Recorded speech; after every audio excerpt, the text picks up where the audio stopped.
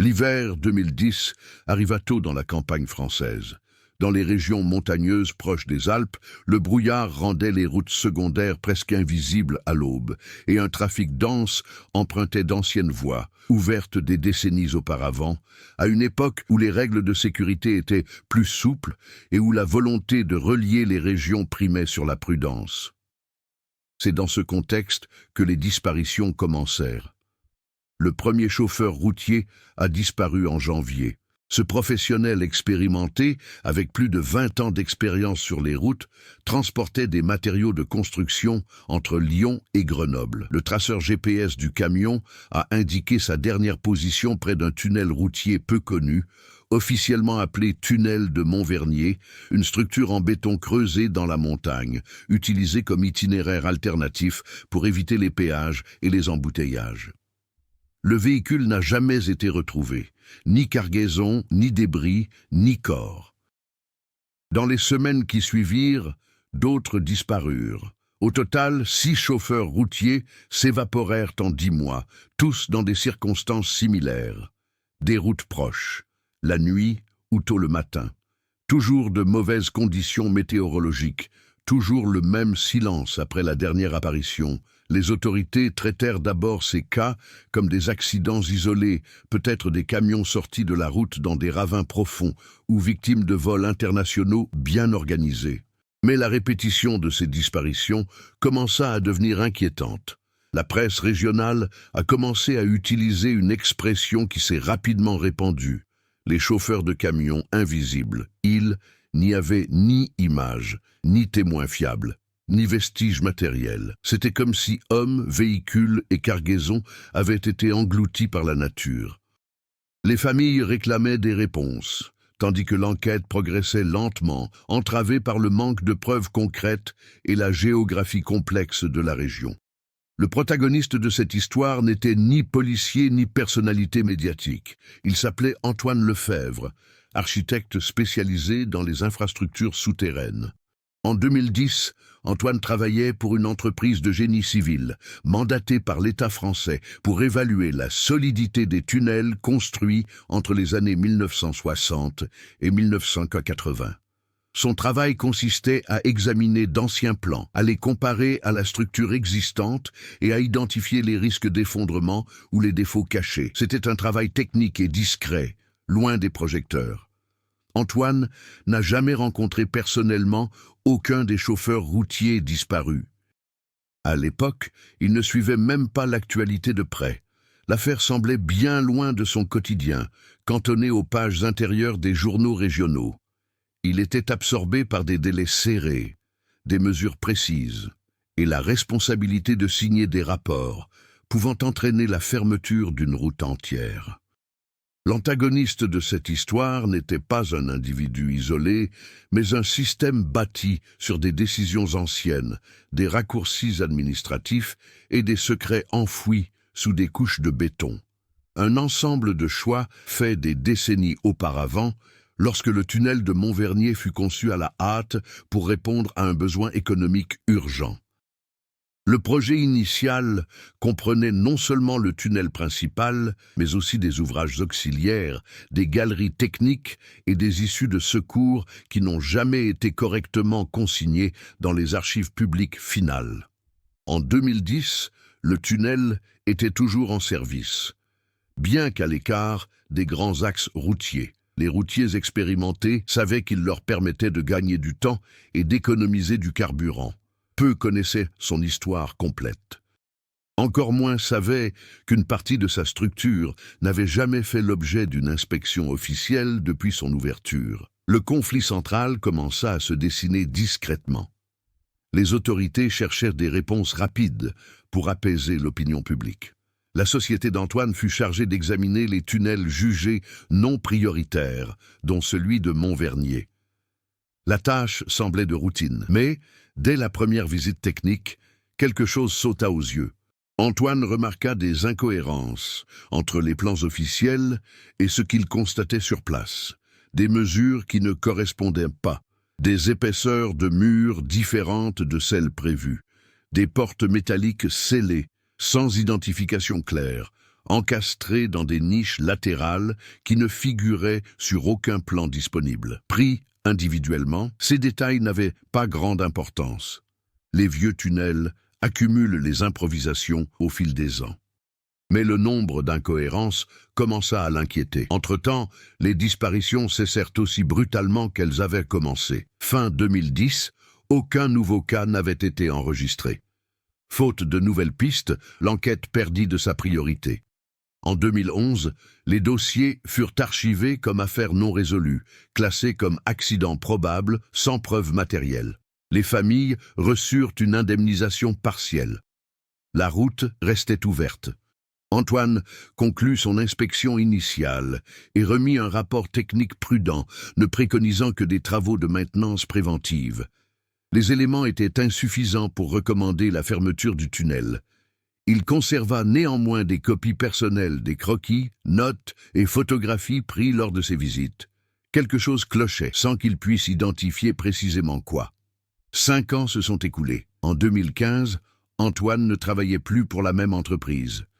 Il exerçait désormais à son compte, offrant des services de conseil pour des projets privés.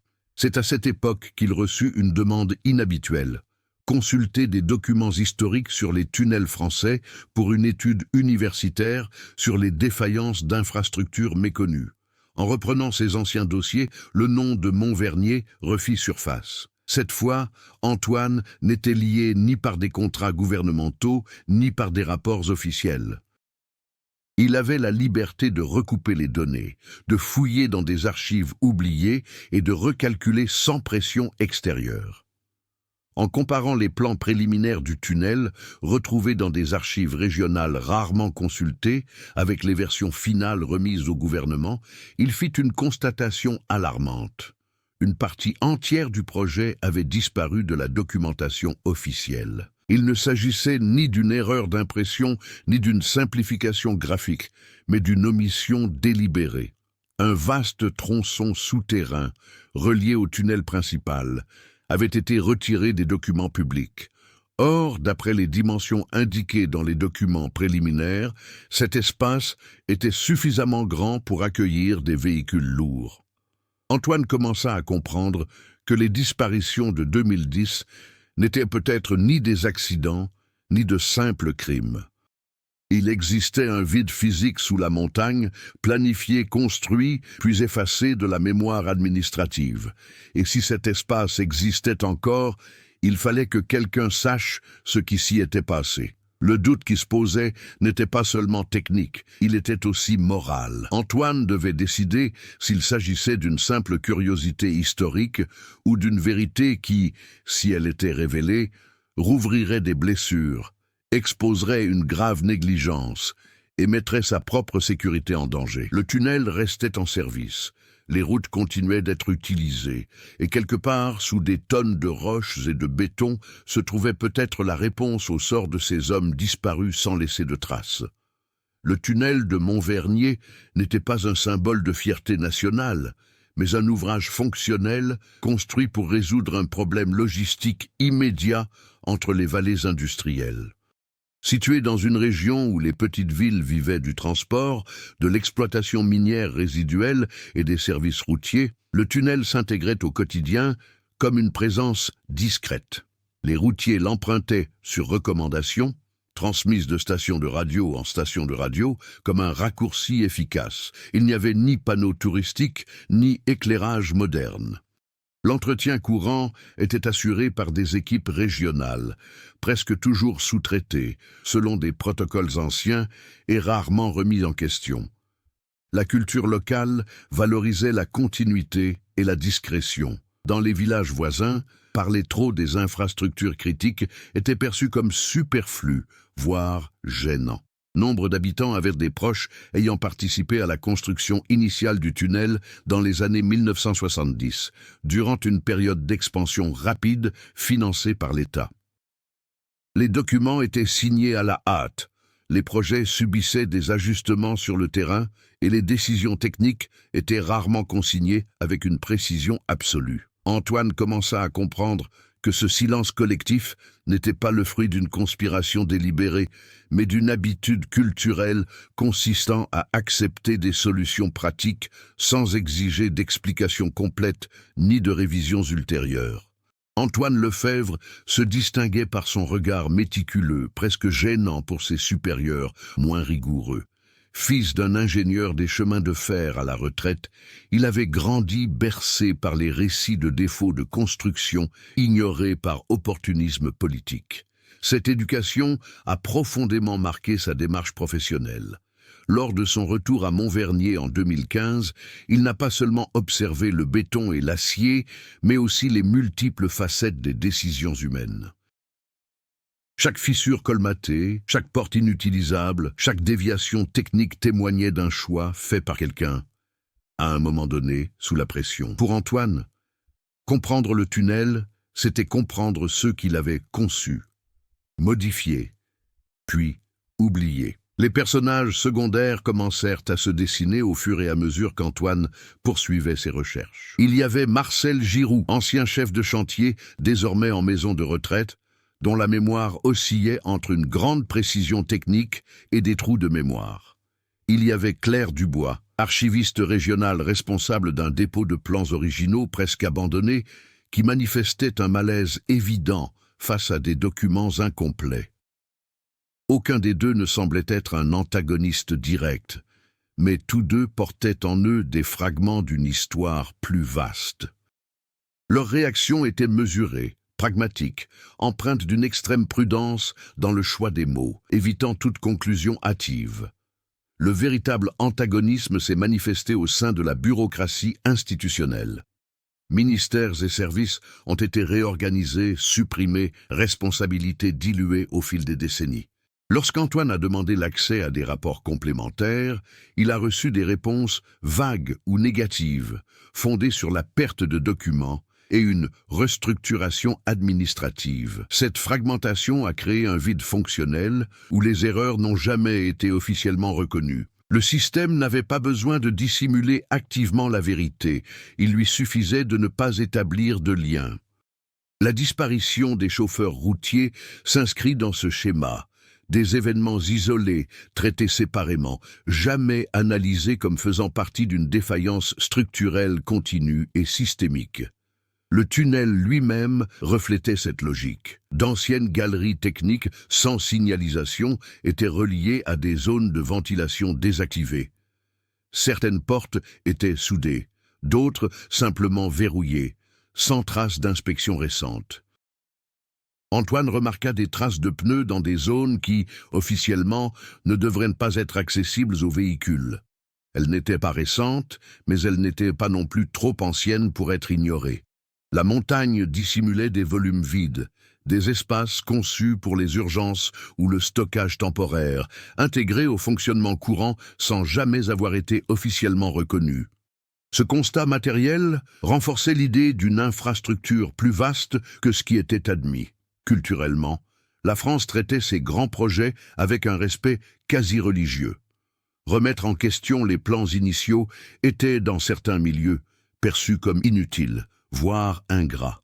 Antoine a ressenti cette résistance en discutant avec des ingénieurs plus âgés, formés à une époque où la rapidité d'exécution était la priorité absolue.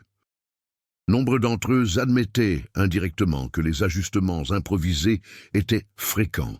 Rares étaient ceux qui acceptaient de réexaminer ces décisions en tenant compte de leurs conséquences humaines potentielles.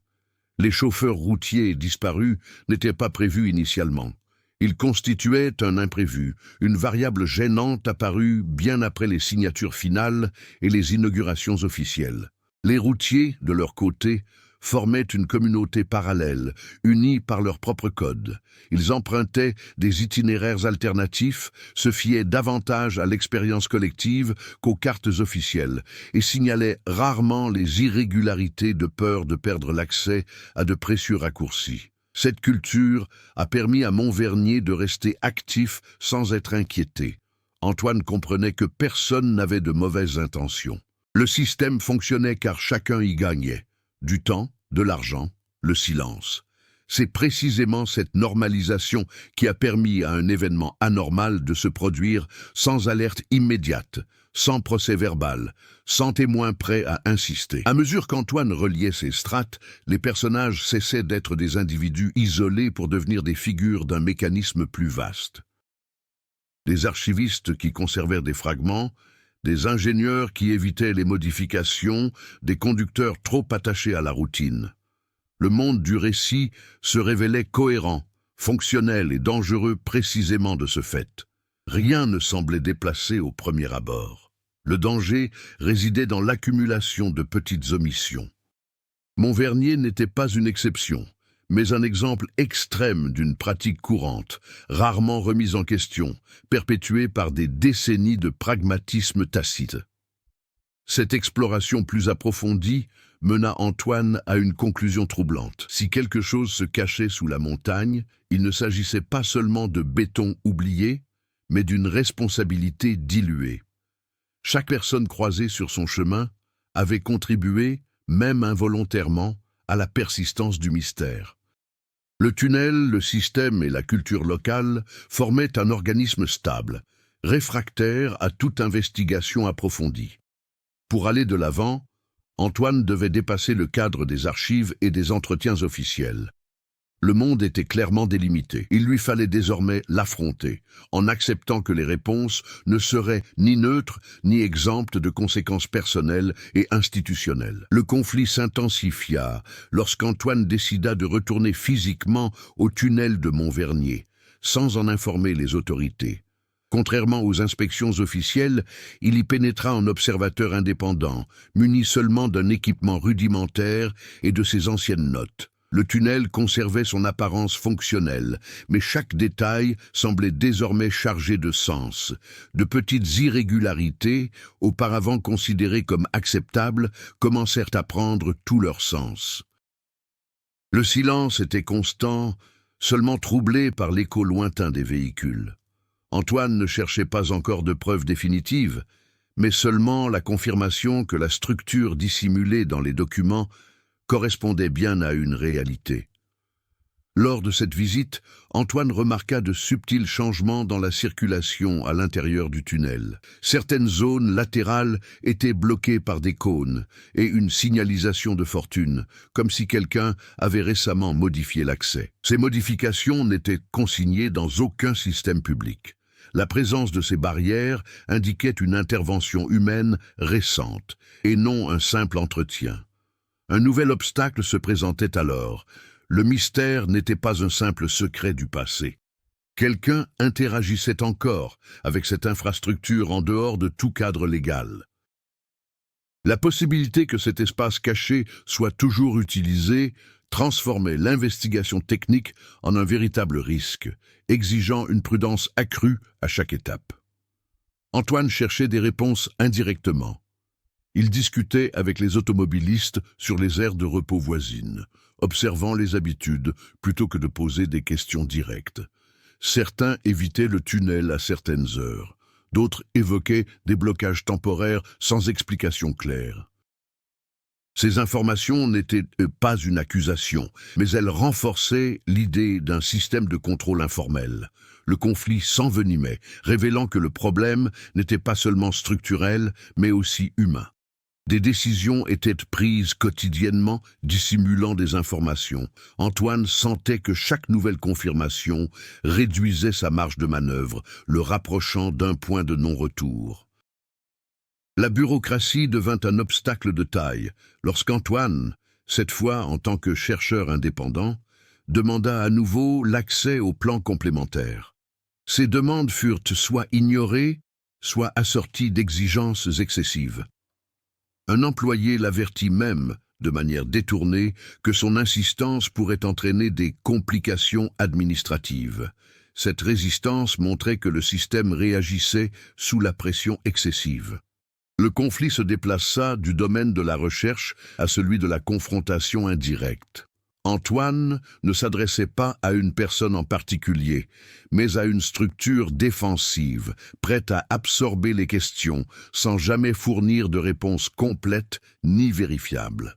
De nouveaux obstacles surgirent lorsqu'Antoine tenta de recouper les données relatives aux disparitions avec les registres d'entretien du tunnel. Des dates concordantes furent constatées, mais toujours justifiées de manière vague. Inspections électriques, tests de ventilation, interventions d'urgence non spécifiées. Chaque coïncidence isolée pouvait être écartée, mais leur accumulation formait un schéma troublant. Le conflit s'intensifia lorsqu'il fut révélé que les disparitions survenaient durant des périodes d'activité technique non documentées. Cela élargit le nombre de suspects potentiels, diluant les responsabilités et entravant toute accusation directe.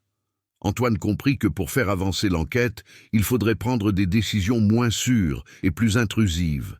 Des personnages secondaires commencèrent à s'immiscer directement dans le conflit. Claire Dubois, jusque-là prudente, se montra de plus en plus nerveuse lorsqu'on l'aborda de nouveau. Marcel Giroux, dans un rare moment de lucidité, évoqua des espaces temporaires utilisés au-delà de ce qui était prévu.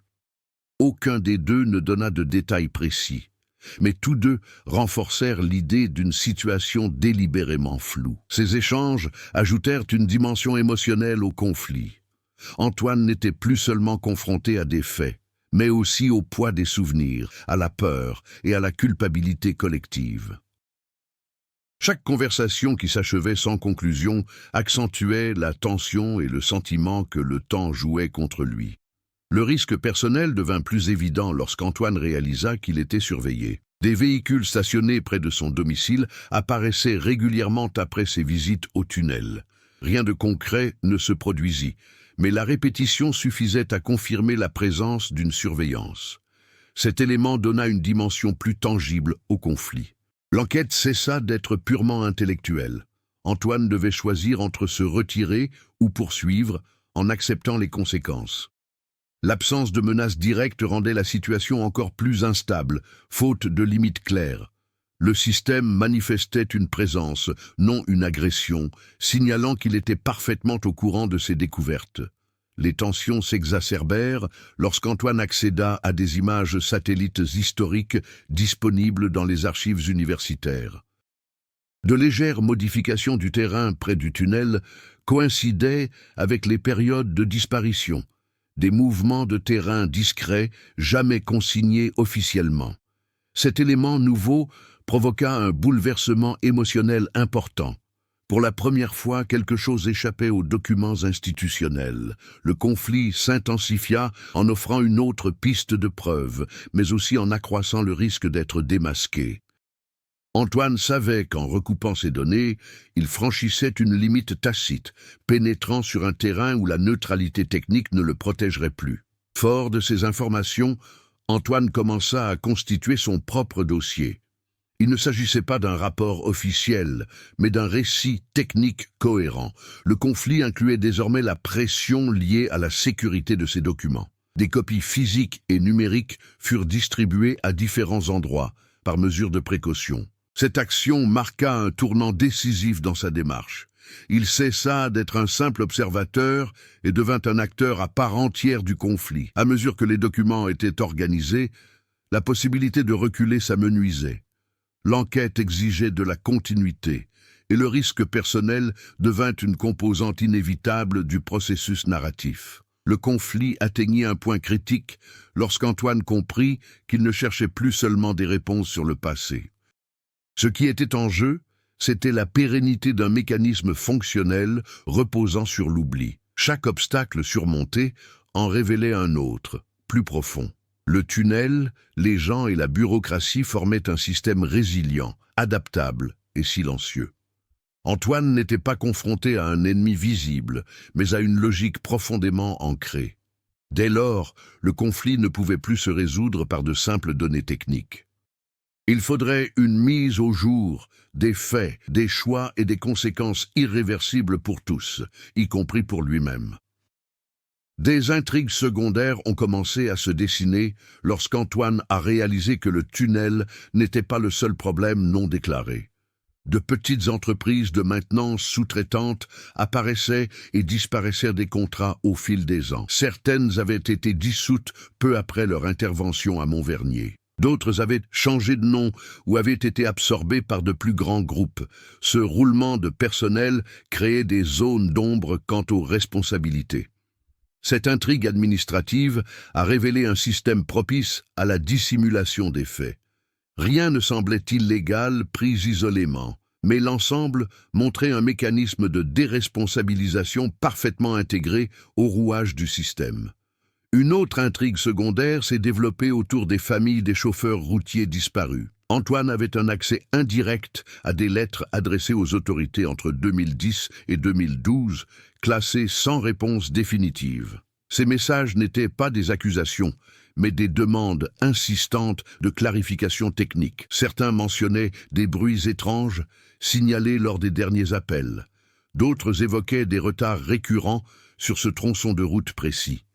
Ces témoignages humains ont ajouté une dimension émotionnelle au conflit principal. Il ne s'agissait pas seulement de défaillances structurelles, mais de vies brisées par un système incapable de reconnaître ses propres limites opérationnelles et éthiques.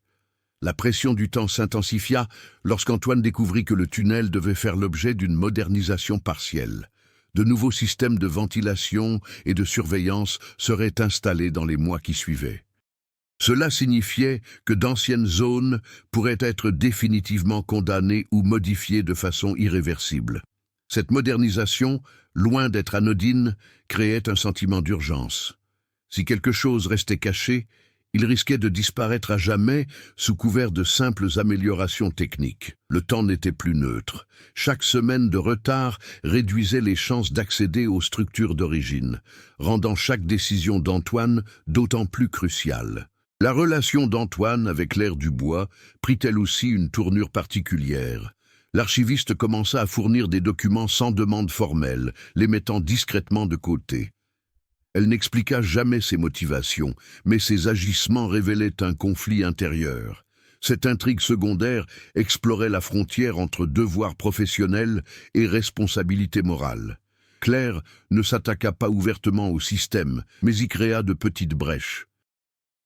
Son comportement révéla la manière dont les individus ordinaires interagissaient avec les grandes structures, non par la confrontation directe, mais par des gestes minimes et calculés. Cette collaboration silencieuse élargit le champ de l'enquête sans la rendre trop visible. Marcel Giroux ajoutait une autre dimension à la complexité de la situation. Ses trous de mémoire étaient ponctués de détails techniques trop précis pour être des inventions. Il évoquait des espaces utilisés temporairement, comme entrepôts lors de travaux d'urgence, sans préciser de durée. Cette ambiguïté laissait entrevoir la possibilité d'usages prolongés, jamais consignés officiellement. Ce phénomène de mémoire défaillante illustrait comment le temps dilue les responsabilités. Marcel ne semblait pas coupable, mais simplement le produit d'une méthode de travail où l'improvisation et l'urgence primaient sur une documentation rigoureuse. Son témoignage fragmentaire renforçait l'idée d'un passé fonctionnellement mal documenté. Une autre intrigue secondaire concernait les chauffeurs routiers eux-mêmes. Antoine remarqua des schémas de communication informels entre eux, des avertissements concernant les horaires et les tronçons de route à éviter. Ces messages n'expliquaient pas les raisons, ils se contentaient d'indiquer la prudence. Ce réseau d'informations parallèles fonctionnait mieux que les voies officielles. La complexité résidait dans le fait que ce comportement protégeait les chauffeurs, tout en préservant l'opacité du système. En s'abstenant de signaler les irrégularités, ils conservèrent des raccourcis précieux. Cette intrigue secondaire révélait un dilemme collectif. Survivre au sein du système exigeait le silence, même lorsque ce silence pouvait coûter des vies. La pression s'intensifia lorsqu'Antoine constata des anomalies dans les enregistrements des capteurs installés après 2010. Données manquantes, lacunes temporelles, interruptions inexpliquées. Ce sous-intrigue technique laissait supposer une manipulation ou une négligence en cours. Même après les disparitions, la surveillance demeurait incomplète, signe que le problème n'avait pas été résolu, mais seulement contourné. La complexité du conflit s'accrut, révélant que le système apprenait à s'adapter sans se corriger. Chaque ajustement semblait conçu pour maintenir le fonctionnement du système, et non pour élucider les défaillances passées. Cette adaptation constante entretenait la tension narrative. Les intrigues secondaires commencèrent à converger lorsqu'Antoine recoupa les dates de modernisation, d'entretien d'urgence et les récits familiaux. La concordance n'était pas parfaite, mais suffisamment cohérente pour suggérer un lien de causalité. Cette convergence intensifia la tension, réduisant ainsi les possibilités d'interprétation simpliste. Le conflit principal gagna en intensité en intégrant ces histoires secondaires. Rien ne semblait isolé. Chaque décision administrative, chaque silence, chaque ajustement technique contribuait à un tableau d'ensemble. Le récit montra clairement que le mystère ne reposait pas sur un événement unique, mais sur une série de petits choix interdépendants au fil du temps. L'urgence absolue s'est manifestée lorsqu'Antoine a appris qu'une partie des archives régionales serait transférée à un centre national, avec une élimination sélective des documents jugés superflus. De nombreux documents anciens ne seraient pas numérisés. Cette situation imposait une limite claire. Soit il agissait immédiatement, soit il perdrait définitivement l'accès à des sources cruciales. Le temps commençait à peser lourdement sur l'enquête. La tension ne provenait pas de persécutions ouvertes, mais des rouages de la bureaucratie. Le système suivait son cours habituel et, de ce fait précis, menaçait d'effacer les dernières preuves matérielles et documentaires de la vérité. À la fin de cette étape, toutes les intrigues secondaires convergeaient vers le conflit central. Gens ordinaires, routines administratives, culture professionnelle et limitations techniques formaient un ensemble cohérent et dangereux. La complexité du récit ne résidait pas dans de grands complots, mais dans la banalisation de l'improvisation et du silence. Antoine comprit que résoudre le mystère exigerait de rompre ce fragile équilibre. Les intrigues secondaires n'étaient pas des détours narratifs, mais des rouages essentiels. Chacune d'elles accentuait la pression, réduisant les possibilités. Le temps, désormais clairement limité, poussait le récit vers un point de rupture inévitable. Le tournant survint par un froid matin de mars, lorsqu'Antoine décida d'explorer une section latérale du tunnel qui, d'après des documents préliminaires de 1972, avait été conçue pour un entrepôt temporaire. Elle ne figurait sur aucune carte officielle mise à jour. La porte métallique, scellée par de vieilles soudures, avait cédé sous le poids des années de corrosion. Passant l'étroite entrée, il pénétra dans un espace vaste, sombre et silencieux, à l'opposé du tunnel principal. Le sentiment de vide était presque palpable. Chaque pas résonnait, soulignant la présence de quelque chose intentionnellement dissimulé sous des tonnes de béton. L'air était imprégné d'une odeur de métal vétuste et de moisissure. À l'intérieur, Antoine découvrit les indices qui allaient tout changer. Des poids lourds étaient garés méthodiquement, recouverts de bâches poussiéreuses. Aucun signe de vie récente n'était visible, mais du vieux matériel de géolocalisation et des restes de provisions indiquaient une occupation prolongée. Des papiers jaunis, des registres d'entretien improvisés et des feuilles de date correspondaient aux disparitions de 2010. La vérité commençait à se dessiner. Les chauffeurs routiers n'avaient pas disparu accidentellement. Ils avaient été confinés dans cet espace de manière quasi industrielle par une organisation clandestine inconnue. L'ampleur de la scène dépassait toutes les hypothèses précédentes, remettant en question à la fois les connaissances techniques et morales d'Antoine. En examinant les registres, Antoine remarqua une régularité. Chaque chauffeur routier disparu correspondait à une entrée ou une sortie de la galerie auxiliaire. Les données révélaient des mouvements précis, calculés pour ne pas attirer l'attention des systèmes externes. Ce n'était pas le fruit du hasard, c'était planifié. Cette révélation engendra un profond conflit intérieur. Il détenait désormais des informations susceptibles d'incriminer des personnes ou des institutions, mais il ignorait encore qui et pourquoi. Le tournant ne fut pas seulement matériel, mais aussi éthique. Antoine comprit alors que l'histoire ne se résumait pas à des failles structurelles. C'était un labyrinthe de décisions humaines, d'omissions et de manipulations savamment orchestrées au fil des ans. Tout en analysant le matériel et les notes, Antoine perçut des bruits provenant d'un couloir latéral. Un léger frottement, suivi de chuchotements. Il se cacha derrière une poutre d'acier, réalisant qu'il n'était pas seul. Quelqu'un opérait encore dans cet espace. Ce n'étaient ni les autorités, ni de simples employés. Leur présence confirmait que le secret était toujours actif. La tension monta d'un cran. Antoine n'était plus un simple observateur. Chacun de ses gestes pouvait être surveillé et chacun de ses mouvements pouvait avoir des conséquences directes. Le conflit, d'abord intellectuel et bureaucratique, devint immédiat et physique, portant le sentiment de danger et d'urgence à un niveau extrême.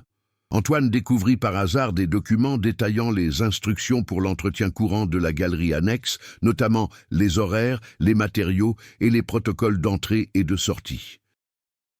Il y avait des registres méticuleux pour chaque chauffeur routier disparu, avec des observations sur leur comportement et leur résistance. Le déclic révéla qu'il ne s'agissait ni de négligence ni de hasard. Il y avait une intention manifeste. Une opération clandestine existait, soutenue par des décisions administratives et tacitement acceptée par les employés de longue date, qu'ils soient craintifs ou complaisants. Cette découverte transforma le conflit en une affaire personnelle. Antoine comprit que le défi n'était pas seulement de découvrir la vérité, mais aussi de décider comment l'utiliser sans mettre sa propre vie en danger. Au milieu de piles de papier, il découvrit une lettre non envoyée, écrite par Claire Dubois, expliquant que le système institutionnel avait été complice sans pour autant avoir l'intention de nuire. Elle y détaillait que certains chauffeurs routiers étaient entrés de leur propre initiative dans des zones interdites, mais que personne ne pouvait les quitter librement, sans autorisation. Cette information ajouta une dimension morale complexe.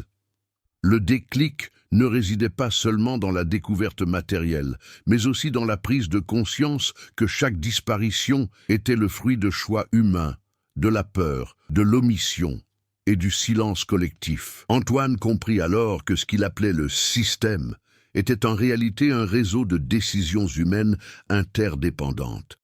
Tandis qu'il réfléchissait, une vieille lampe vacilla, activant partiellement le système électrique résiduel.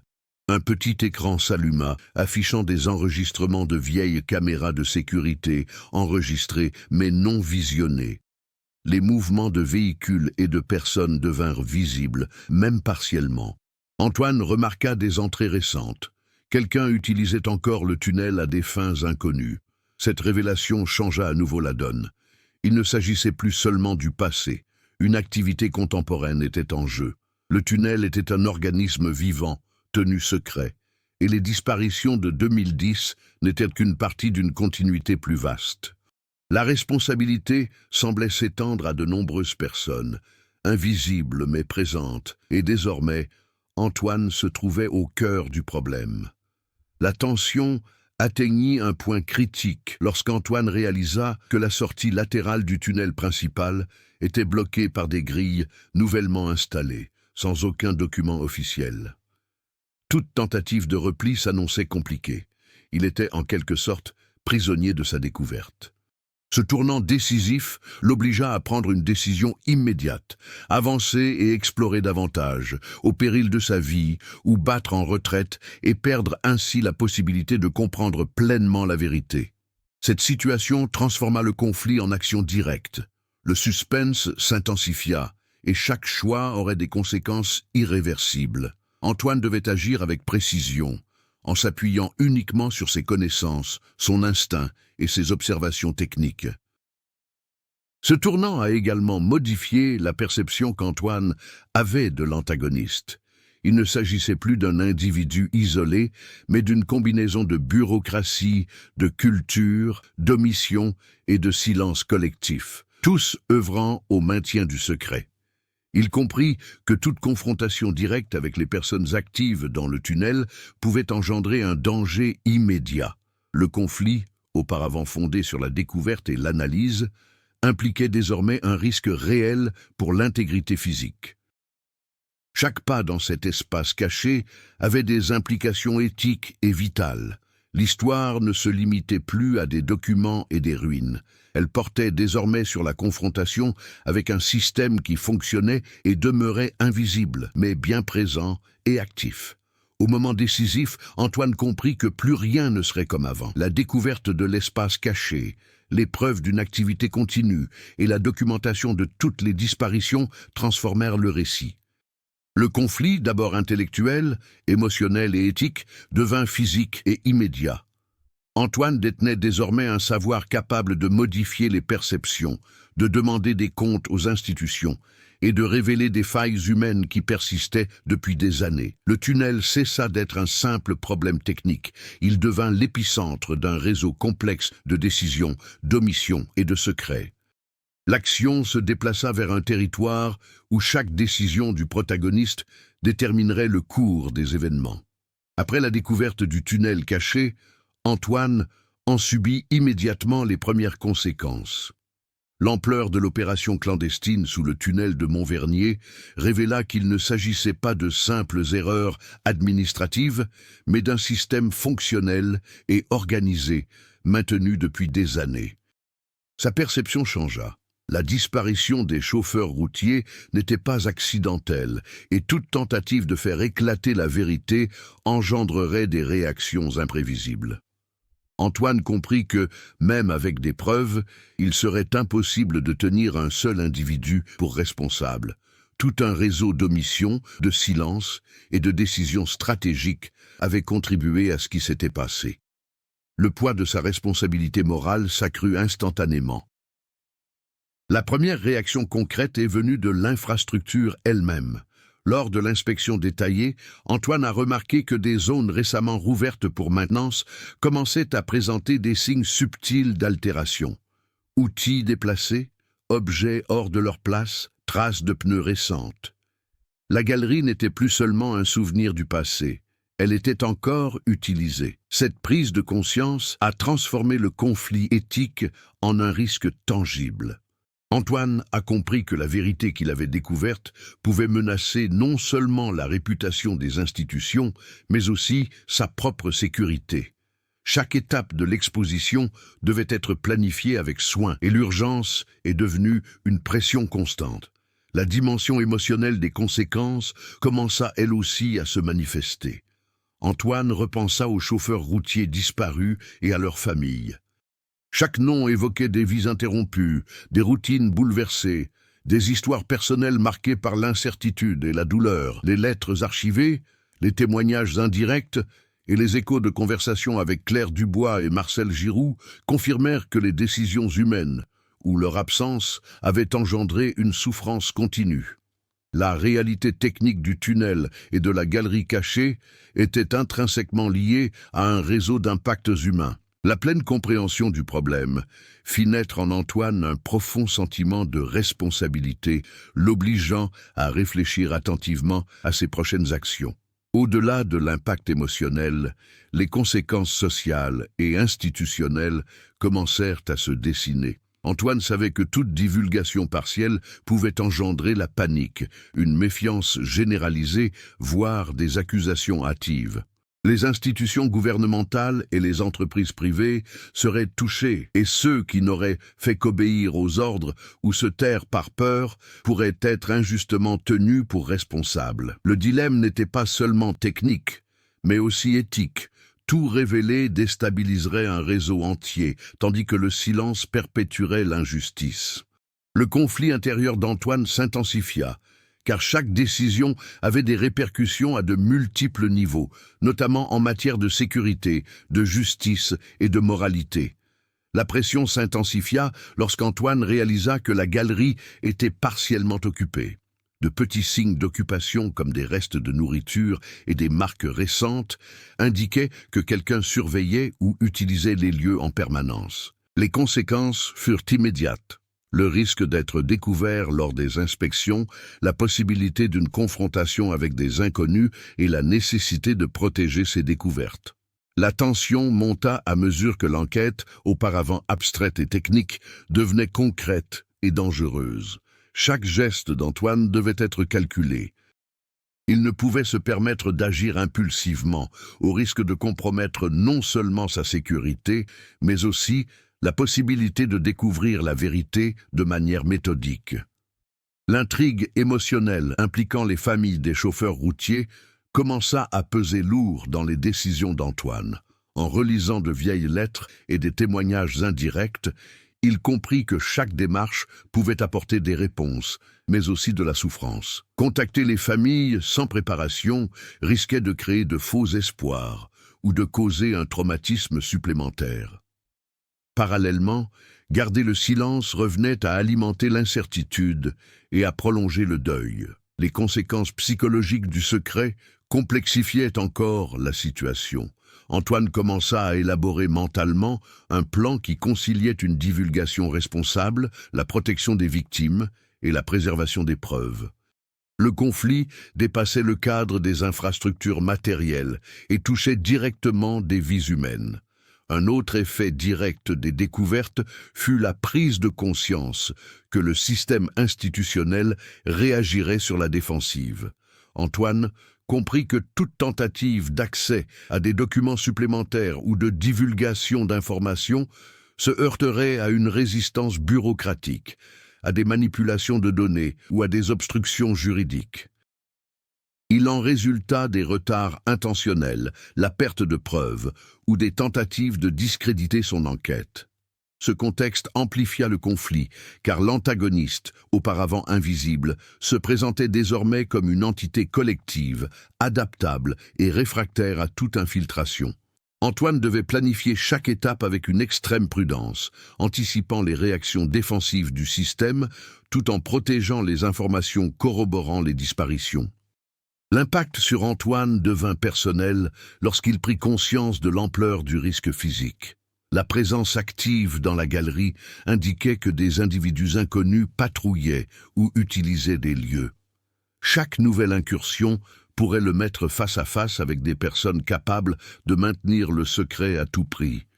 Cette dimension directe du conflit exacerba la tension, transformant l'enquête technique en une lutte pour la survie.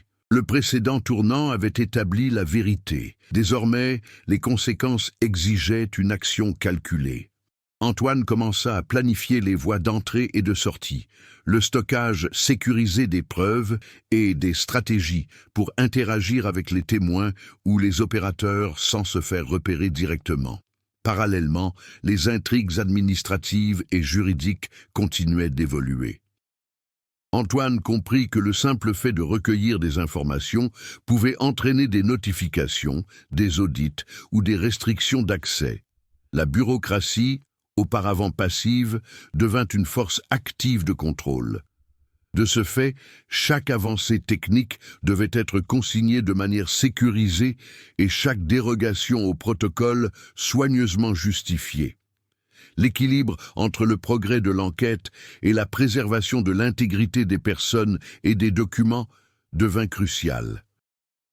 Le conflit gagna en complexité, exigeant non seulement une analyse, mais aussi une planification stratégique sur plusieurs fronts simultanément. Au terme de cette étape, Antoine comprit que les conséquences de la découverte s'étendaient sur plusieurs dimensions. Éthique, émotionnelle, physique, sociale et institutionnelle. Chaque action, chaque omission pouvait potentiellement affecter des vies humaines, la sécurité des personnes et la stabilité du système. Des réactions commencèrent à se manifester, visibles et subtiles. Signes de présence dans la galerie, hésitation de la part des collaborateurs, difficulté d'accès aux documents et pression psychologique liée à la détention d'informations sensibles. Le conflit cessa d'être une simple affaire d'enquête et devint multidimensionnel. Antoine était désormais plongé dans un environnement où chaque décision déclencherait une chaîne de conséquences inévitables, déterminant le cours final de l'histoire. Après avoir saisi l'ampleur du secret du tunnel de Montvernier, Antoine comprit qu'il ne pouvait plus rester passif. Pour le surmonter, il lui fallait affronter le système, mais aussi lui-même. Son évolution commença par l'acceptation pleine et entière de la responsabilité des connaissances acquises. Chaque décision, de la collecte de preuves à l'évaluation des implications éthiques, devenait une épreuve de maîtrise de soi et de courage. Il lui fallait apprendre à concilier rationalité technique et sensibilité morale. Son expérience passée face aux incohérences documentaires et aux structures complexes l'y avait partiellement préparé. Mais le défi comportait désormais des risques physiques, une forte tension émotionnelle et des pressions institutionnelles, exigeant une évolution à la fois pratique et stratégique. La première étape de la progression d'Antoine fut l'organisation rigoureuse de ses informations. Il classa documents, photos et notes de terrain dans son propre système, s'assurant ainsi un accès rapide à toute donnée cruciale. Cette démarche augmenta non seulement son efficacité, mais renforça également sa confiance. Chaque choix méthodologique commença à refléter les apprentissages accumulés, étude des schémas de maintenance, compréhension des anciens documents administratifs et cartographie des voies d'accès au tunnel. En systématisant ces connaissances, Antoine transforma le chaos initial en une structure cohérente, prenant conscience que son développement personnel dépendait autant de la maîtrise de soi et de la clarté d'esprit que du courage physique face aux menaces concrètes. Le second défi consistait à gérer la pression émotionnelle. Antoine commença à comprendre que la responsabilité envers la vie des chauffeurs routiers et le sort de leur famille primait sur toute instruction technique. Cette prise de conscience exigeait une grande maturité émotionnelle, maîtriser la peur, l'anxiété et le sentiment d'impuissance. Chaque visite au tunnel s'accompagnait désormais d'une planification minutieuse afin d'éviter tout risque inutile. Il apprit à distinguer la tension saine, qui guide les décisions stratégiques, de la paralysie émotionnelle, susceptible de compromettre l'enquête et sa propre sécurité. La maîtrise de soi psychologique devint un élément central de l'évolution d'Antoine. Antoine a également développé des compétences en communication plus subtiles. Au contact de Claire Dubois et Marcel Giroux, il a compris la nécessité d'obtenir des informations indirectement, en respectant les limites personnelles et les craintes profondément ancrées. Son évolution a consisté à apprendre à décrypter les signaux non-verbaux, à interpréter les hésitations et à instaurer la confiance sans pression directe. Chaque interaction est devenue stratégique. Questions ciblées, observations et encouragement à la confidence progressive. Cette compétence a enrichi sa compréhension de la complexité humaine au sein du système. Antoine a compris que relever ce défi exigeait non seulement des connaissances techniques, mais aussi la capacité d'entrer en contact avec les autres, de les transformer en alliés ou en informateurs sans confrontation directe. La résilience d'Antoine se manifestait également dans son approche pragmatique du tunnel. Il commença à cartographier les voies d'entrée et de sortie alternatives, à établir des points de repère sûrs et des zones d'observation. Il apprit à identifier les signes d'occupation récente, les traces de pneus et les changements subtils de l'environnement. Chaque avancée concrète représentait une victoire sur sa peur initiale, renforçant sa confiance. Son évolution personnelle était directement liée à l'action stratégique. Plus Antoine interagissait avec l'espace physique de manière sûre et méthodique, plus il développait sa conscience situationnelle, son adaptabilité et sa capacité à prendre des décisions sous pression, consolidant ainsi un nouveau niveau de compétence opérationnelle. De plus, Antoine commença à formuler plus clairement le conflit éthique qui l'opposait. Il pesait le risque de révéler la vérité face à la responsabilité de protéger les familles, d'empêcher de nouvelles disparitions et de demander des comptes à un système défaillant. Sa maturité se reflétait dans sa capacité à prendre des décisions réfléchies en évaluant leurs impacts à différents niveaux. Chaque choix exigeait réflexion, analyse des conséquences et planification stratégique. Son évolution personnelle l'amena à appréhender la complexité morale. Les situations étaient rarement binaires, justes ou injustes. Antoine commença à intégrer technique, éthique et intuition, créant ainsi une méthode d'action qui conciliait la quête de vérité, la prudence et la responsabilité. La pression exigeait aussi de l'innovation. Antoine commença à développer ses propres méthodes pour documenter le tunnel sans s'exposer, utilisant des photographies discrètes, des mesures indirectes et des relevés d'observations détaillés. Il apprit à transformer des ressources limitées en outils d'investigation efficaces. Ce processus consolida son développement, la créativité, l'ingéniosité et la capacité d'improviser sans compromettre son intégrité devinrent des compétences essentielles. Chaque avancée technique renforça sa confiance en lui et sa résilience. Antoine comprit que surmonter les difficultés ne relevait pas uniquement du courage. C'était la combinaison de stratégie, d'adaptation et d'apprentissage continu qui lui permettait d'avancer. Son évolution se manifesta tant dans la pratique que dans son attitude mentale face à cette situation critique. Un autre aspect de son développement fut sa résilience face à la bureaucratie. Antoine comprit que le système institutionnel réagirait par la lenteur, l'omission ou une résistance active. Il apprit à faire du temps son allié, planifier ses actions, rassembler progressivement les preuves et attendre le moment opportun pour agir. Cette patience stratégique devint une compétence essentielle. Surmonter les obstacles n'était pas seulement une question de physique ou d'intellect, mais aussi de temps, savoir quand persévérer et quand reculer, tout en gardant l'objectif principal intact. Chaque décision d'attendre ou d'avancer contribua à consolider son développement émotionnel et cognitif. Antoine développa la patience, la clairvoyance et la capacité de supporter la frustration, sans perdre de vue son objectif. Le point culminant de sa croissance survint lorsqu'Antoine fut confronté au risque réel d'être découvert. La tension physique et psychologique atteignit des sommets, exigeant de lui toutes les compétences qu'il avait développées: planification, observation, éthique, maîtrise de ses émotions, créativité et adaptabilité. Il comprit que surmonter cette épreuve n'était pas un aboutissement, mais un processus continu d'adaptation aux circonstances et d'apprentissage constant. Chaque action, chaque analyse, chaque interaction avec Claire, Marcel et l'environnement physique lui-même contribua à son évolution. Antoine transforma la peur et l'incertitude en décisions conscientes et précises. Son expérience accumulée lui permit d'agir en terrain hostile sans perdre la raison, préservant ainsi son objectivité et sa sécurité.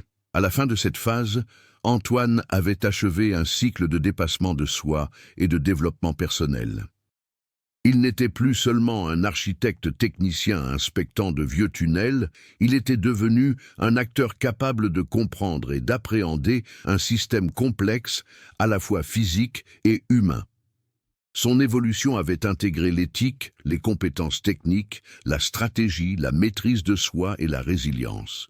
Le protagoniste était prêt à affronter le point culminant de l'histoire avec confiance, lucidité et détermination, disposé à transformer ses connaissances en actions décisives. Cette évolution lui avait non seulement permis de résoudre le conflit, mais avait également conféré une profondeur morale et émotionnelle au récit, rendant ses choix finaux cohérents et marquants pour tous les protagonistes. Après avoir consolidé sa croissance et surmonté les obstacles, Antoine entama la phase préparatoire du dénouement. Il savait que la confrontation finale avec le secret du tunnel de Montvernier exigerait une planification stratégique et une précision chirurgicale. Il commença par examiner minutieusement chaque note, chaque photographie, chaque rapport d'inspection. Tous les éléments, de l'implication de Claire Dubois et Marcel Giroux aux modalités d'entretien et d'utilisation du tunnel, devaient être intégrés dans un cadre cohérent. Chaque détail pouvait s'avérer crucial pour la sécurité et l'efficacité de son opération. Cet examen méticuleux était indispensable pour transformer des informations éparses en un plan solide, capable de gérer les risques tant physiques qu'institutionnels. Antoine a structuré les voies d'accès et de sortie en tenant compte de différents scénarios de risque. Il a identifié des passages alternatifs, des points d'observation et des zones où il pourrait se réfugier en cas de repérage. Sa préparation était à la fois physique et psychologique. Il a répété mentalement des réactions rapides face aux situations d'urgence, anticipant les obstacles et les confrontations possibles avec des opérateurs inconnus. Chaque scénario envisagé a été consigné et analysé, renforçant sa confiance et réduisant le risque de décisions impulsives. La préparation à l'opération finale s'est transformée en un exercice de simulation stratégique, alliant compétences techniques, intelligence situationnelle et prudence, garantissant ainsi que chaque mouvement soit calculé et sûr. La planification comprenait la consolidation des preuves. Antoine a organisé les documents historiques, les photographies et les rapports d'entretien de manière logique, facilitant ainsi leur interprétation et leur utilisation ultérieure. Il a également créé des copies numériques sécurisées, stockées sur des supports distincts afin d'éviter toute perte ou interception. Cette phase a renforcé la prise de conscience de l'importance des éléments découverts. Il ne s'agissait pas seulement de preuves, mais d'un héritage susceptible d'établir des responsabilités ou d'éclairer des décisions passées. La préparation du dénouement impliquait de veiller à ce que chaque information puisse être présentée de manière cohérente, étayant le récit et justifiant les décisions futures, en évitant toute ambiguïté ou interprétation erronée des événements survenus dans le tunnel. Antoine a également évalué les risques humains. Il a pris en compte la réaction de Claire Dubois et Marcel Giroux, qui pouvaient être des alliés ou des victimes potentielles de l'exposition. Chaque étape a été planifiée afin de minimiser l'impact négatif sur eux. Il a décidé d'établir des protocoles de communication discrets, leur demandant de garder leur calme et de ne partager d'informations qu'en cas de nécessité.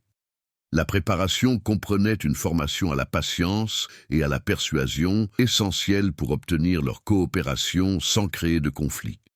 En intégrant les aspects humains à la stratégie, Antoine s'est assuré que le discours soit non seulement technique, mais aussi éthique. L'équilibre entre progrès et protection est devenu central, soulignant la maturité et l'évolution acquise au cours de l'enquête. La préparation du dénouement impliquait également l'analyse de l'activité contemporaine au sein de la galerie cachée. Antoine observait les signes récents, les traces et les moindres indices d'occupation. Chaque élément était catalogué et cartographié, lui permettant d'anticiper les mouvements possibles d'opérateurs inconnus. Cette planification préalable lui conférait un avantage tactique. Il ne serait pas pris au dépourvu, mais réagirait aux situations imprévues en se basant sur les données recueillies. Anticiper les scénarios garantissait que le dénouement ne serait pas un choc arbitraire, mais une suite logique d'actions et de réactions. La phase préparatoire renforçait la maîtrise du récit, transformant l'incertitude et le danger en éléments calculables et gérable. Un autre élément essentiel de la préparation consistait en l'analyse du terrain. Antoine étudia le tunnel principal, les galeries latérales et les sorties secondaires en tenant compte de la structure, de l'éclairage, de la ventilation et de l'accessibilité. De petits détails, comme la position des poutres, les fissures et les portes obstruées, furent consignés afin d'anticiper les difficultés potentielles. Chaque observation contribua à cartographier les risques et à optimiser les déplacements. Cette préparation physique et technique renforça la confiance d'Antoine, lui permettant d'anticiper les imprévus et de réduire les vulnérabilités. Il transforma le tunnel en un espace qu'il comprenait et qu'il maîtrisait partiellement, augmentant ainsi sa marge de manœuvre. Cette cartographie détaillée allait s'avérer cruciale pour le succès de l'opération. La planification comprenait également des stratégies de communication avec les autorités et les médias externes, au cas où l'intervention de tiers s'avérerait nécessaire. Antoine a réfléchi au moment opportun pour révéler les preuves, sans compromettre sa sécurité ni l'intégrité de ses alliés. Il a élaboré des scénarios de divulgation progressive, préparé des documents à authentifier et mis au point des méthodes de présentation qui étayeraient le récit sans susciter de panique. Cette approche stratégique a démontré une maturité intellectuelle et éthique, prouvant que le point culminant ne se limiterait pas à une action concrète, mais impliquerait également la mise en œuvre d'une coordination complexe.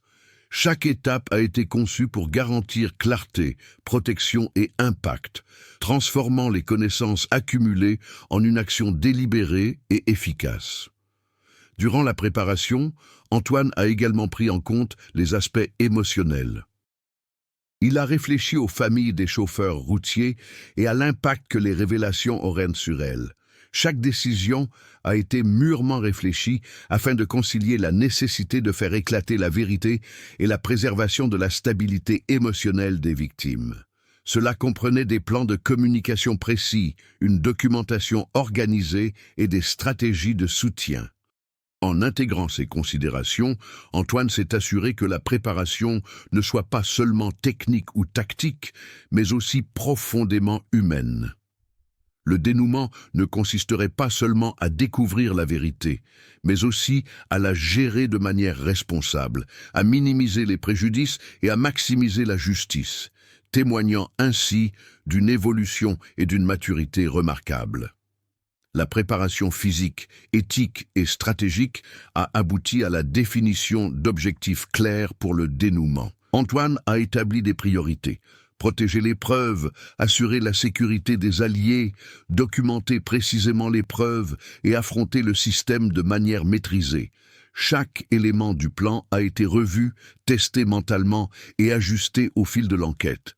La phase préparatoire a fait d'Antoine un agent accompli, capable d'affronter le tunnel, les risques humains et la complexité institutionnelle grâce à une planification rigoureuse. Le dénouement ne reposerait ni sur la chance, ni sur l'improvisation, mais sur une exécution calculée, fruit de l'apprentissage, du dépassement des obstacles et de l'intégration des multiples compétences acquises tout au long de l'histoire. Au terme de cette étape, Antoine était prêt pour le dénouement. Il avait consolidé sa maturité personnelle, sa maîtrise technique, sa stratégie, sa préparation éthique et son analyse des risques. Chaque intrigue secondaire, chaque indice, chaque relation avec ses alliés et chaque détail du tunnel avait été intégré à un plan cohérent et solide. La tension narrative atteignit son paroxysme, transformant l'attente en action imminente. Le protagoniste possédait désormais les capacités, les connaissances et la maturité nécessaires pour affronter le système occulte et révéler la vérité sans compromettre la sécurité ni l'intégrité des victimes. Cette préparation méticuleuse avait métamorphosé le récit, préparant le terrain pour un dénouement intense et décisif, riche en conséquences et en rebondissements. Le point culminant commença lorsqu'Antoine pénétra dans la galerie latérale principale, son équipement prêt et ses plans révisés. Chaque pas résonnait dans le tunnel, reflétant la tension accumulée tout au long de l'enquête. Il avançait avec prudence, évitant les zones récemment empruntées par des opérateurs inconnus. L'obscurité semblait observer chacun de ses mouvements, renforçant le sentiment de danger imminent. L'importance de la découverte exigeait une précision absolue. La moindre erreur pouvait compromettre des preuves ou mettre sa vie en péril. Antoine s'appuya sur des schémas mentaux et des documents pour se guider, transformant ses connaissances en actions concrètes. Chaque décision était mûrement réfléchie, calculée et prise, sous une pression extrême, marquant le début du dénouement final du conflit central. En pénétrant au cœur de la galerie secrète, Antoine découvrit des véhicules stationnés, chargés de provisions et de matériel, exactement comme indiqué dans les anciens documents. Cette confirmation visuelle confirma sa conviction. Les disparitions de 2010 n'étaient pas accidentelles, mais le fruit d'une opération systématique et délibérée. La tension atteignit son paroxysme lorsqu'il réalisa que des signes récents d'occupation indiquaient une présence humaine toujours active. Le danger n'était pas du passé, il était bien présent. Chaque action exigeait rapidité et intelligence stratégique. Antoine devait se faufiler dans l'ombre, guettant les bruits et les réactions imperceptibles, évitant les confrontations directes, mais rassemblant des preuves cruciales pour démêler l'écheveau d'omissions et de secrets et consolider le point culminant du récit. La tension monta d'un cran lorsqu'Antoine découvrit des traces récentes de mouvements au sein de la galerie, non prévues dans les documents historiques. Des indices laissaient penser que des personnes inconnues maintenaient le lieu en activité à des fins obscures.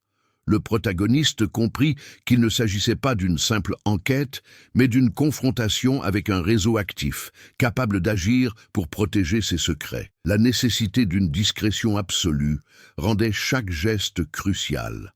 Antoine mit à profit les connaissances acquises au fil des mois.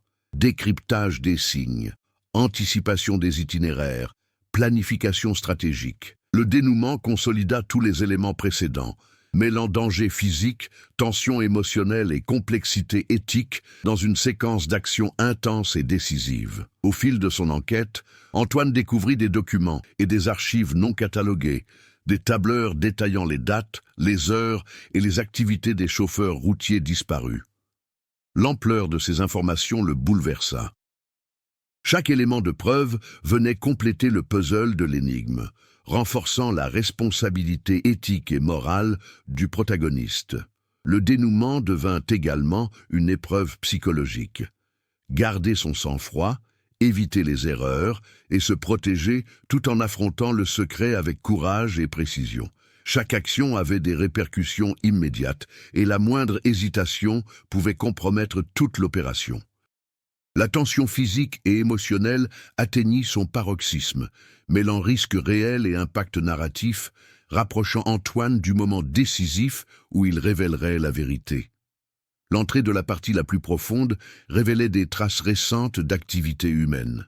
Antoine devait rapidement évaluer la présence d'opérateurs inconnus et décider de la marche à suivre. Chaque pas était calculé, mouvement silencieux, utilisation stratégique des ombres et observation méticuleuse. Le dénouement exigeait simultanément une action précise et une réflexion critique. Antoine savait que toute confrontation directe pouvait lui être fatale, mais aussi qu'il ne pouvait se retirer sans avoir rassemblé suffisamment de preuves. La tension narrative atteignit son paroxysme. Le protagoniste était confronté à un risque physique réel, à un dilemme moral et à la nécessité de protéger ses alliés. Chaque décision était cruciale, transformant l'instant en une séquence intense, stratégique et chargée d'émotions. En progressant, Antoine découvrit une porte métallique récemment scellée et partiellement corrodée, signe d'un accès continu par des personnes inconnues. Il comprit qu'il devait agir immédiatement pour accéder à d'autres documents. Avec précaution, il entr'ouvrit la barrière et pénétra dans un espace rempli de tableurs, de matériel et de véhicules abandonnés. Chaque détail confirmé renforçait sa conviction que les disparitions étaient délibérées et systématiques. L'action physique du dénouement se mêla à l'impact psychologique.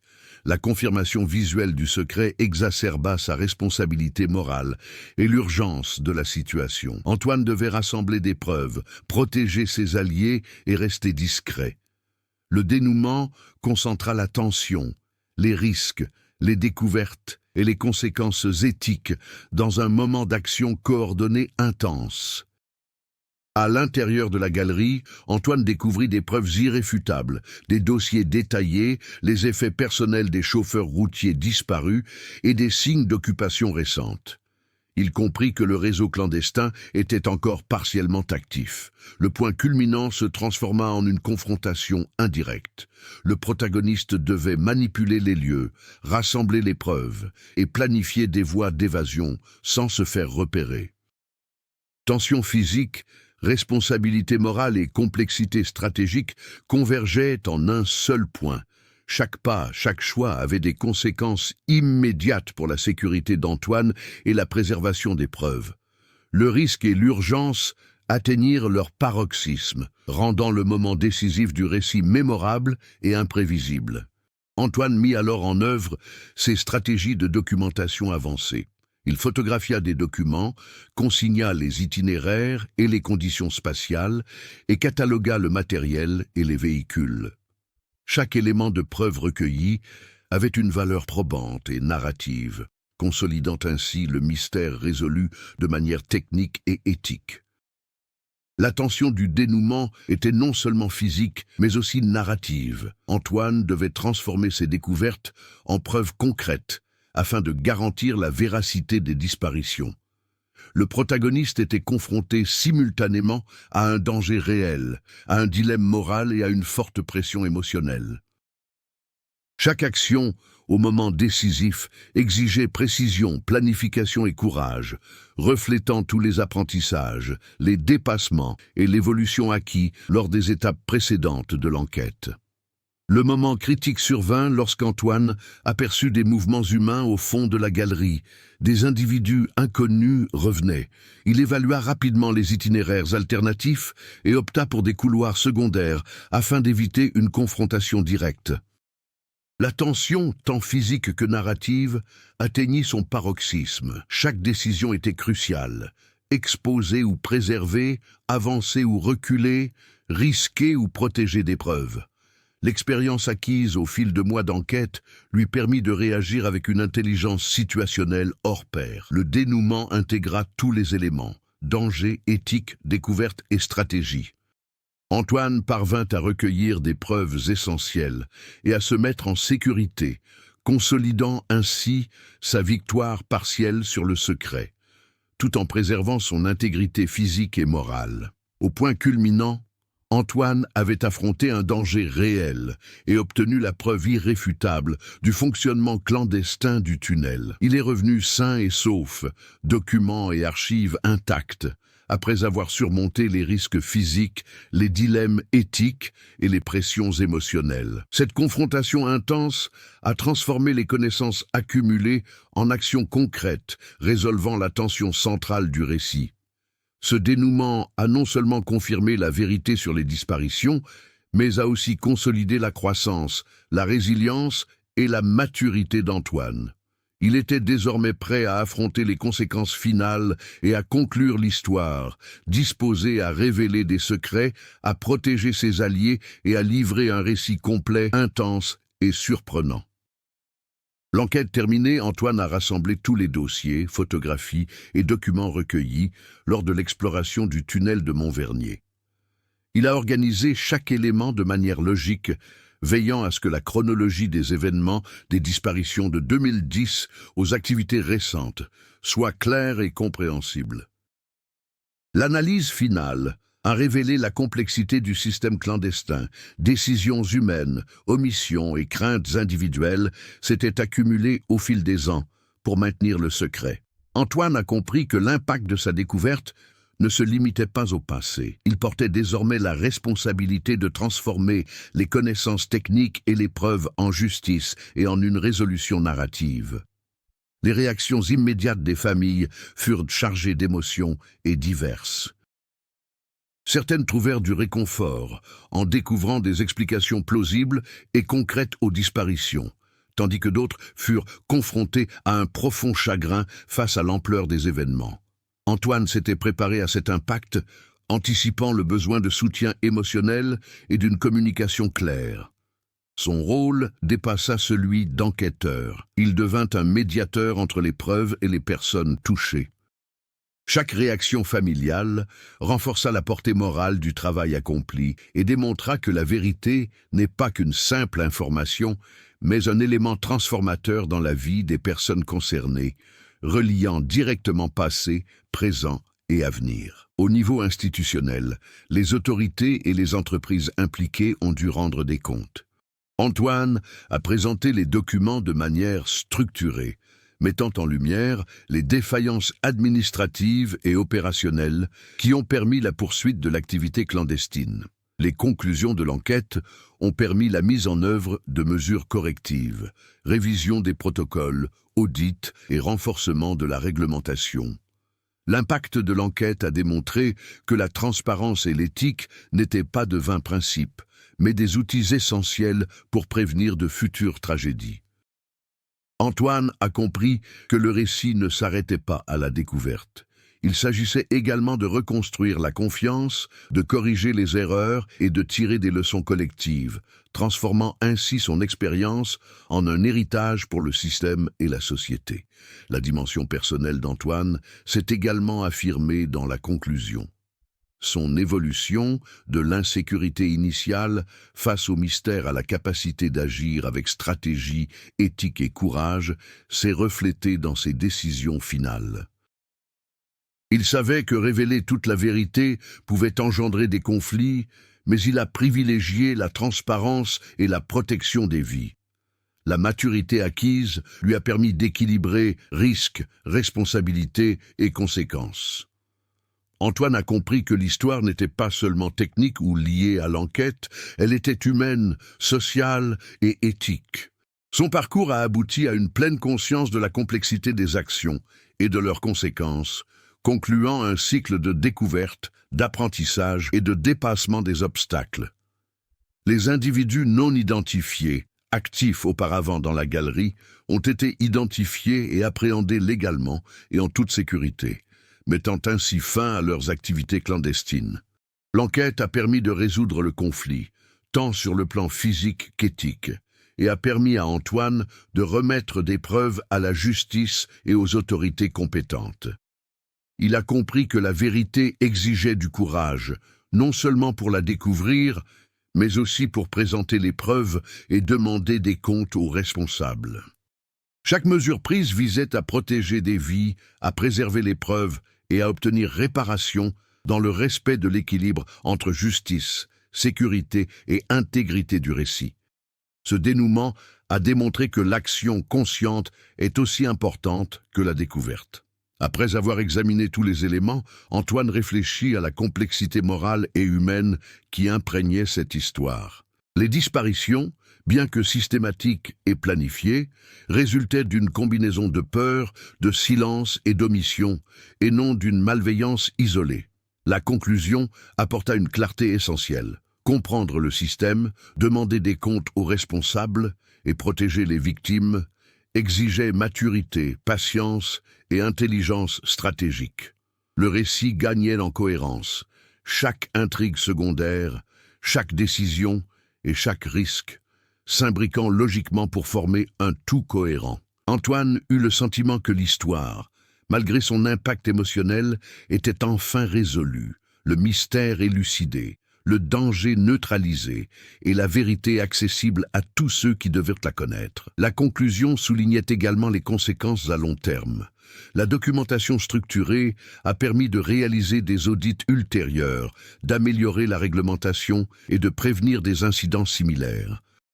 Antoine a compris que son intervention était non seulement corrective, mais aussi préventive. L'affaire servait désormais d'avertissement, de leçon et de base pour les futures décisions techniques, éthiques et administratives.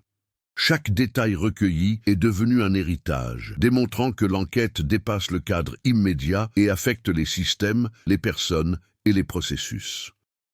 Le protagoniste a compris que la résolution de l'affaire n'a pas seulement permis de résoudre le mystère, mais a également établi des fondements solides pour la sécurité, la responsabilité et l'éthique institutionnelle, garantissant ainsi un impact positif durable. De plus, cette expérience a consolidé la maturité d'Antoine. Il n'était plus seulement un architecte, mais un acteur capable d'intégrer stratégie, éthique, sens de l'observation, courage et analyse complexe dans ses décisions cruciales. La conclusion de l'histoire a démontré que les efforts et la préparation préalable étaient essentiels pour relever des défis aux multiples facettes. Ce dénouement reflétait une maturité acquise, un équilibre entre action et prudence, courage et attention, technique et sensibilité humaine. Antoine avait transformé le savoir en résultat, l'incertitude en clarté et le danger en leçon. Le récit s'est achevé en apothéose, montrant que chaque étape avait contribué à une conclusion cohérente, surprenante et satisfaisante. L'impact de cette conclusion s'est également étendu aux dimensions éthiques et émotionnelles. Antoine est parvenu à faire éclater la vérité sans causer de préjudice inutile aux victimes ni à ses alliés, faisant preuve d'une grande habileté pour concilier justice et compassion. Les familles ont obtenu des réponses. Le système a été corrigé et les connaissances techniques sont devenues un outil de prévention. Le récit s'est achevé sur une note d'apaisement sans exagération ni répétition, démontrant que la tension, le danger et la découverte peuvent se transformer en apprentissage et en action positive. Antoine a conclu son parcours en reconnaissant la valeur d'une enquête rigoureuse, éthique et stratégique, réaffirmant ainsi le message de responsabilité, de courage et de maturité face aux défis complexes. À la fin, tous les éléments narratifs étaient interconnectés et cohérents. Le conflit central était résolu, les intrigues secondaires bouclées et l'évolution du protagoniste consolidée. Antoine a fourni des preuves, assuré la sécurité de ses alliés, rétabli la confiance institutionnelle et apporté aux familles des réponses et une forme d'apaisement. L'histoire s'est conclue de façon surprenante et satisfaisante, mêlant tension, éthique, action et émotion. L'héritage et les découvertes du protagoniste demeurent un modèle de courage, de planification et de responsabilité. Le récit n'a pas seulement résolu le mystère, mais a aussi transformé des vies et des systèmes, démontrant que vérité et justice peuvent coexister avec bienveillance, stratégie et humanité. 5 ans après la révélation du secret du tunnel de Montvernier, Antoine constata l'impact de ses actions. Les familles des routiers trouvèrent enfin la paix, tandis que les autorités mirent en œuvre des réformes rigoureuses. Le protagoniste réfléchit à son évolution. Le courage, la stratégie et l'éthique avaient transformé non seulement sa vie, mais aussi le système tout entier. Le tunnel, jadis symbole de mystère et de danger, était désormais surveillé et transparent. Antoine savait que de nouvelles histoires pourraient ne surgir, mais son expérience l'avait préparé à affronter toute éventualité. Il sourit, conscient que la vérité pouvait être douloureuse, mais nécessaire, et que la justice, même tardive, finit toujours par triompher. Si l'histoire du tunnel de Montvernier vous a captivé, n'hésitez pas à partager vos réflexions. Échangez avec vos proches ou sur les réseaux sociaux afin de faire connaître au plus grand nombre les épreuves traversées par Antoine et la complexité de la vérité révélée. Commentez vos impressions, discutez des dilemmes éthiques et des décisions prises tout au long du récit. Abonnez-vous à la chaîne pour suivre d'autres enquêtes, mystères et histoires vraies qui explorent le courage, la stratégie et la justice. Votre participation renforce la communauté de lecteurs et de spectateurs, faisant de chaque histoire une occasion d'apprendre, de réfléchir et de s'inspirer pour agir avec éthique et courage.